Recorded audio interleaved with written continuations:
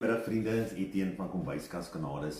Ek en my vroukie die heel oggend gelê en kom ons braai kyk. Sy het my verslaaf op hierdie program en so het ons nou besluit ons gaan vanaand so vinnig iets op die kolle braai en haar aardappelslaai, haar famous aardappelslaai maak. Sy het nou al gewys hoe om dit te doen. Ons het nou al so begin met dit. Dis 'n baie maklike resep. Julle maar kom kyk gou wat van braai, wat gaan julle dit wys.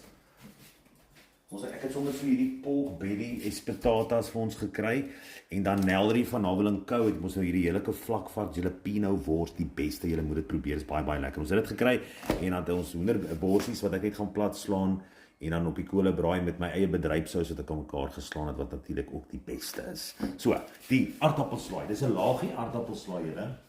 Hy kry eiers, aardappels, uie, aromat, ertjies, kondensmelk.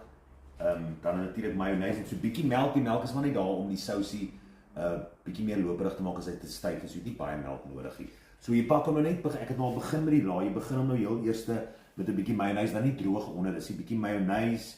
Dan sal jy aardappels sit, dan sal jy uie sit, ertjies en dan die eier en dan pak jy weer mayonaise. Ek gaan sommer vir jou wys. Weer laagie mayonaise.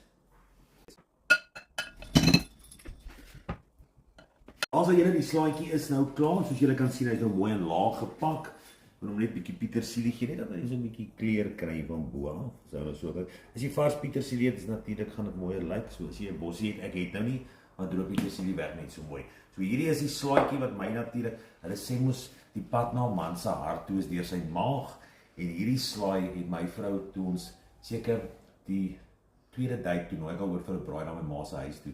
Toe kom sy met die aardappelslaai die aand daaraan.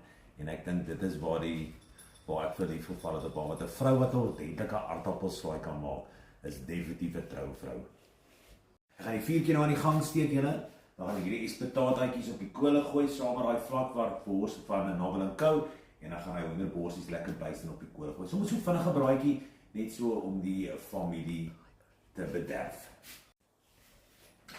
Maar natuurlik julle, en die braai is nie 'n braai sonder die braaibroodjies. Ons het brood gekry met kaas, tomatie, eie, plain simpel, lekker baie kaas wat trek en dan gaan ons 'n braaibroodjie ook saam met hom maak. Julle, die braaibroodjies is klaar soos julle kan sien, baie kaas. Ons het ons al hierdie gesprek gehad waar 'n braaibroodjie moet mos trek. My vrou sê mos hy moet trek as jy hom af.